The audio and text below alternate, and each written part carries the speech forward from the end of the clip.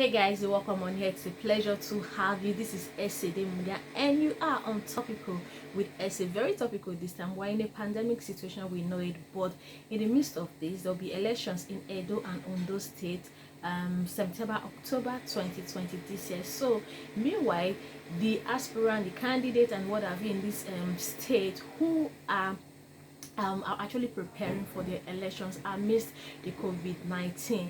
And the truth is this, whether we like it or not, almost everybody is almost similar with what is happening in Edo State, like the fracas, the fractions, the whatever, the bars, the bows, the what have you, what adjective best to describe it that has been happening in Edo State between the national chairman of APC, Comrade Adams Oshomole, and the incumbent governor of the state, Mr. Godwin Obaseki. Like it's been like a long time tussle and war all along. And sometimes people have even asked, like, the way Edo State is ringing bell everywhere in a national space about COVID, like the elections and what people expect and all of that. People are like, Ondo is even doing election as well, but we're really not hearing from them.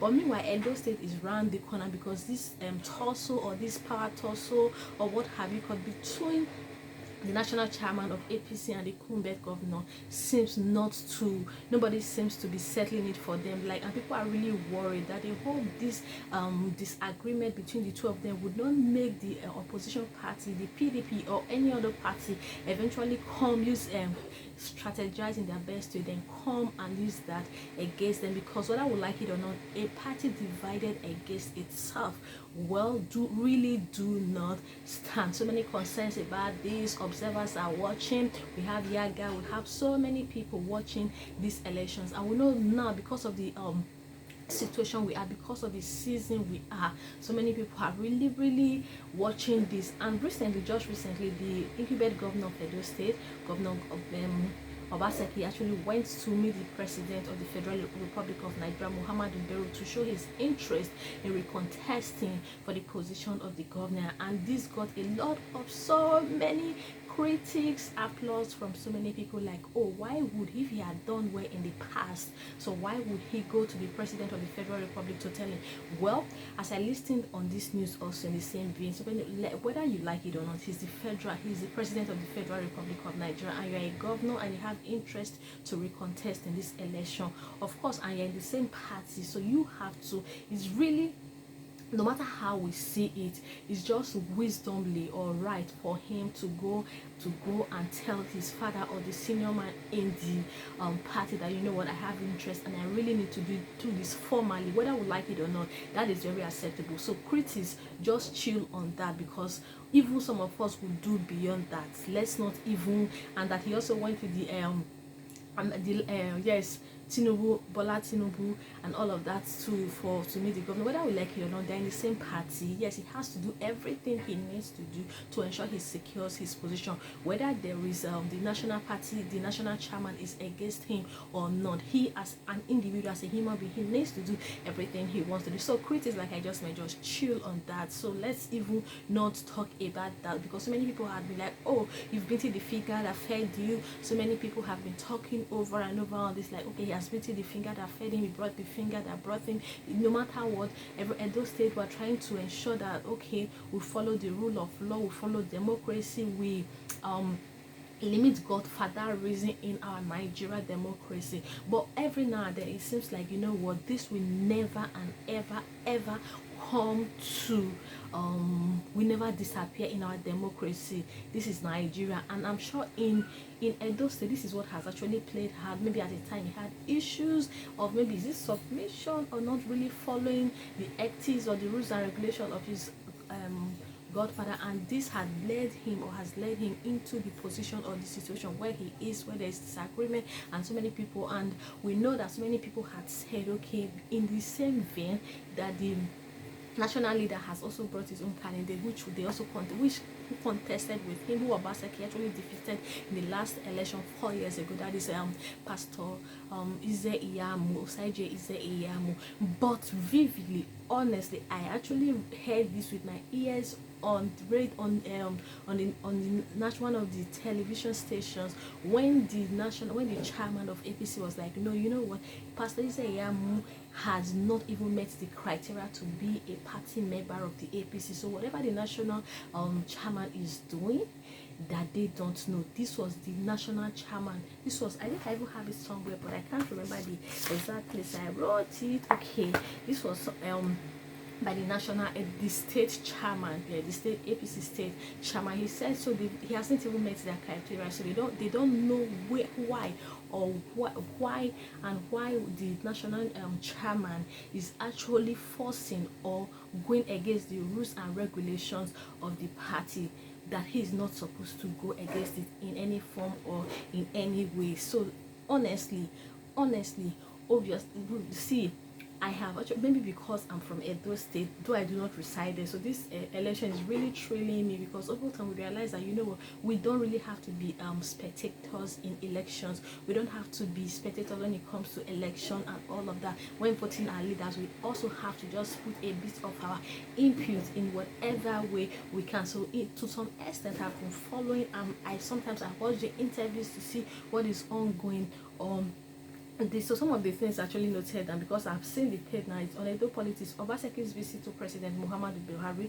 I said that already. What and of what politics are we really playing? Like, okay, we know that in Nigeria, democracy, whether we like it or not, is really far from us. The intrigue, the atmosphere, and the race for governorship. Anthony, okay, yes, that was the person that actually said that Anthony Ojezwa is the APC chieftain in Edo State. He was the one who said, and I heard categorically that, you know what, Pastor Iyamu is not a member yet. He has not. So whatever the national chairman is doing is on his own, because there are rules and regulations which must be followed, and if he doesn't meet it, and then so be it. So, okay, we also have the national working committee. They have the role they also play in election and all of that. So it is, then we also have the national economic committee. So another thing that they have been advised to is to be very careful, so that the PDP will not use the fracas in APC to regain Edo State. So if the abuse of power in Edo State, here there's abuse of power in Edo State. So let me actually leverage on that, which is number one. I think the national chairman is trying to use his power as the national chairman of the party. He's abusing his power as a one-time governor, like someone who fought against governor, godfatherism, and all of that. Now using his power as the national chairman to work against every other person in the state is not really a big deal. But the truth is, now let's go into democracy in proper, or let's go into democracy in proper. Okay, and there is something that I just spotted here. Maybe I overheard it. Why are they not ready to reconcile? Is there a battle or a war that really do not end? What is the underlying thing that is making them not to reconcile? So these are some of the things I see. This matter is really ongoing. We have so many people. We have town hall meeting. So many people are actually. We're going to talk about the inner side of it afterward. How prepared they are amidst the COVID-19. How prepared they are to ensure that, okay, people are safe. People are safe when they come there, and everything is put in place. But meanwhile, we're talking about the candidate, about the atmosphere now. But whether we like it or not, APC and PDP are not the two parties in Nigeria. But the way it is now played, democracy in Nigeria is supposed to be the government of the people, by the people, and of the people. But the way it is played now, it's not a thing of superiority. If I know who I know, what I know, and the power that be. But I know this is really, the politics in Edo State at this time is in a very delicate situation, and PDP at this APC rather at this time, because I really imagine, or I'm wondering, like, okay, why at this time? Because people are really wondering that 4 years ago, and I'm so sure Mole did everything he could do to make sure he bring Obaseki into power. Then Obaseki and Shaibu, coincidentally, the Shaibu that's the deputy governor, is also from his, I think it's from his constituency. But right about now, it seems the Shaibu is joining, making forces, is embracing forces with the governor. Okay, let me get you a bit into Edo State. Edo State is majorly divided into 3 senatorial districts. We have the Edo Central, we have the Edo North, and we have the Edo South. Edo South is the Benin and environs. Then the Edo Central is the Essence and the environs. Then we have the Edo North, which is I don't know, which is the Auchi, the Afema, and the All-One. So I think about if I really want to do, let me, in my head, Edo State is 18 local government areas. Edo, okay, I know Esa is about 5 local government areas. Then I think that's Edo Central is about 5 local government. Then the 11, the other 13 local government is shared among the other 2 senatorial districts. So the governor is from Edo South, while the deputy governor is from Edo North. So Adam Soshomole is from Edo North. So he and the governor, they are from the same constituency, from the same senatorial district. Okay, that by the side. But now people are really like, okay, what is happening? Why are they not really reconciling? Obaseki did Oshomole did everything he could in the last tenure to bring Governor Obaseki to bring Godwin Obaseki into power. But right now Obaseki, well, the truth is there is really an underlying effect, and not that, okay, last year it was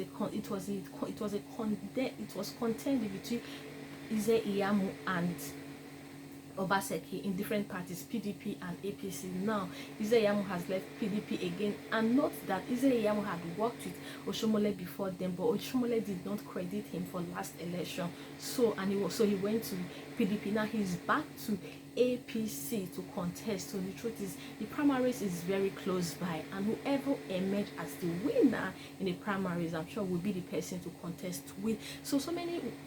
Honestly, the truth is there is so much. If there is war in the house and primaries is coming soon and they have not even settled that, what is the outcome of what we will see? So are you from Edo State? Do you know Nigeria? Are you following Nigeria democracy and know about the ones we're having very soon, October, November, September, October in Edo and Oshun, in Edo and Ondo State? Are you following up with? Are you an observer? Are you an independent observer? Are you a corporate observer, or what have you in the forthcoming elections in this state? Are you really interested in elections in this state? So what has been your concern about this about these 2 persons, or what is happening in Edo politics at the moment? We're going to talk more about this as the day unfolds, because it's really going to be a lot of work for the person who would eventually emerge even in the primaries before the main election, especially at this very peculiar time because of the situation, the pandemic situation, and the circumstances surrounding voting. And also, what do you think of the turnout of people? Because over time, promises are never met. People are not so happy with the Nigeria voting system or political system. Will people really come out to vote in mass for the person they want to rule them in the next 4 years? Whatever it is, just let me have a feedback of some of this in the comment section. And thank you so much for your time. This is Topical. This is Topical until the end of the elections in this place. And trust me, I am very, very particular about Edo State, because this is my state and charity begins at home. All my people, Edo people, and also my Nigeria and also the global space, here we come. The time for election has come in this state. So let me know your point, let me know your views, let me know your opinion about what you just foresee in this election coming up in Edo State in particular. Because honestly, I think Ondo State, they are a bit very calm, no much no much fracas and all of that on grade there. So let me know your feedback in the comment section. This is Ceci. Thank you so much for your time, and it was a pleasure having you here. Bye.